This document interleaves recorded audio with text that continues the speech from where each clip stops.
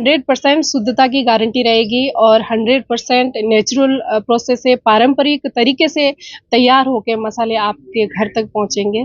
कई मेरे ऐसे प्रोग्राम होते करते रहते या बाहर जाना जब रहता था तो मुझे लगता है कि जो टेस्ट हमारी रसोई में मिलता है, जो खाना हमारे गाँव में मिलता है, वो टेस्ट सिटी या कोई रेस्टोरेंट या होटल में नहीं आता था। तो उसका रीज़न मुझे पता चला कि जो कहीं न कहीं टेस्ट का जो रोल है वो मसालों का रहता है और आज के टाइम में शुद्ध मसाले शायद ही कहीं पैसे देकर भी नहीं मिलते।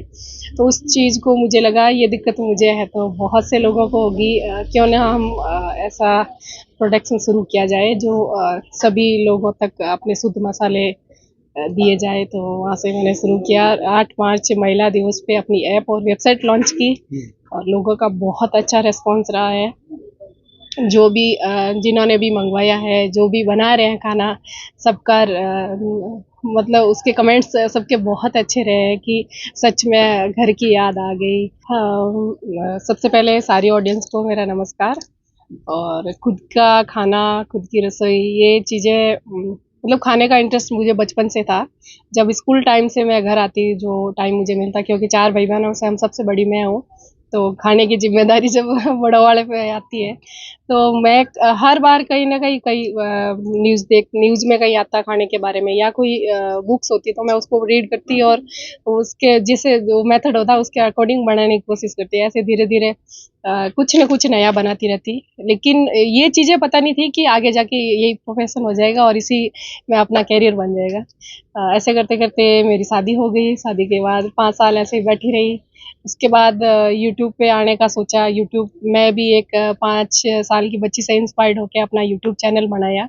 2 साल चैनल मैंने हिंदी में चलाया, उसके बाद मुझे एक दिन मैं दिखा रही थी मेरी दादी सासू माँ को वीडियो, तो वहाँ से मुझे एक आइडिया आया कि मुझे समझ नहीं आ रहा दादी सासू माँ ने बोला, तो वो बात मुझे क्लिक करी और वहाँ मुझे लगा कि क्यों ना हम एक ऐसा चैनल खोलें जो गाँव की महिलाएँ हैं, जो अनपढ़ महिलाएँ हैं, उन तक अपनी पहुँच बनाई जाए और उन तक जो हमारा ट्रेडिशनल जो खाना है उन तक पहुँचाया जाए। क्योंकि आज के टाइम में सोशल मीडिया का प्लेटफ़ॉर्म मुझे सबसे अच्छा लगा क्योंकि हम अब घर बैठे अपनी बात सभी लोगों तक पहुँचा सकते हैं।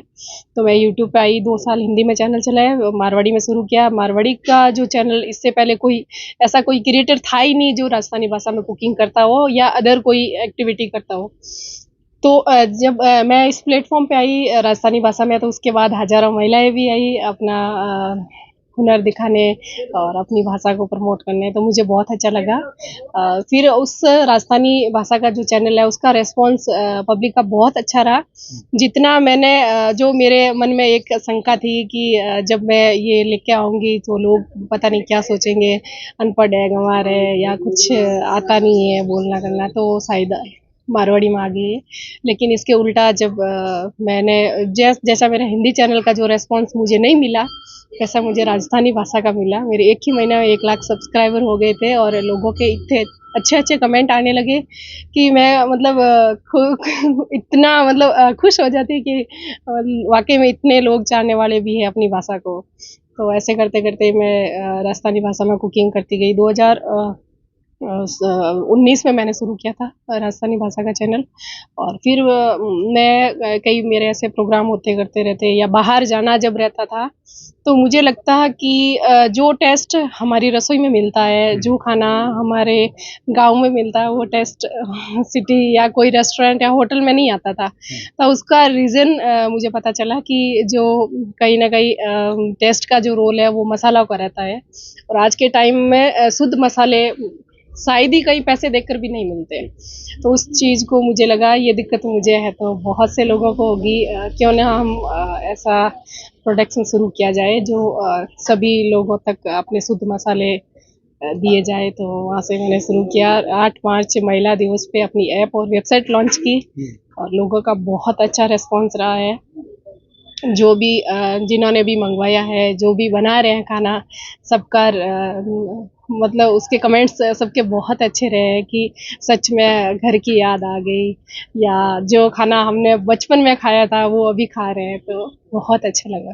तो आप जिस इलाके से आते हैं, भोपालगढ़ बिल्कुल इलाके से आते हैं, वहाँ की मिर्ची या वहाँ का धनिया बहुत ज़्यादा फेमस है और साथ में आपने इन आउटपुट जो दिया है वो दिया है घंटी का, तो वो घंटी कैसे आई इसमें? जब मैंने मसाला के बारे में सोचा कि खुद का प्रोडक्शन शुरू करना है तो फिर मुझे लगा कि अपने कल्चर से ही वापस जुड़ा जाए तो अच्छा रहेगा, क्योंकि जैसे मसाले हमारे पारंपरिक तरीके से पहले तैयार करते थे, जैसे हमारी दादी और नानी, उसी तरीके से हम मसाले तैयार करेंगे, उसी तरीके से हम तेल जो घर में कुकिंग में यूज़ होता है वही मतलब कच्ची घानी जिसे बोलते हैं, और कोल्ड स्टोन मसाले जो पत्थर से जैसे गट्ठी से पीसे जाते हैं।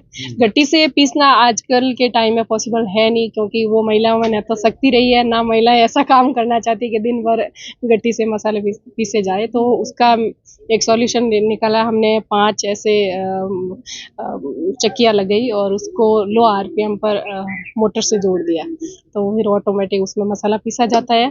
महिलाएं मसालों को साफ करती है, वो वापस पैकिंग करती है और आप सब तक पहुंचाती है। और मेरा ये छोटा सा एक प्रयास रहता है कि जो दिक्कतें मुझे कहीं जॉब ना मिलने की वजह से मैं यूट्यूब पे आई है, या मतलब ऐसा सोच रही थी कि मुझे मेरे गांव में कोई रोजगार मिल जाए, तो ऐसा पॉसिबल मुझे उस वक्त मिला नहीं था। तो ये दिक्कतें जो मुझे हुई, मैं नहीं चाहती और महिलाओं को हो। मैंने गांव में ये सारी फैक्ट्री वगैरह लगाई है ताकि गांव की 4 महिलाओं को रोजगार मिले, वो अपनी कमाई वो खुद करे, खुद काबिल बने, अपने बच्चों को पढ़ाए और आगे बढ़े।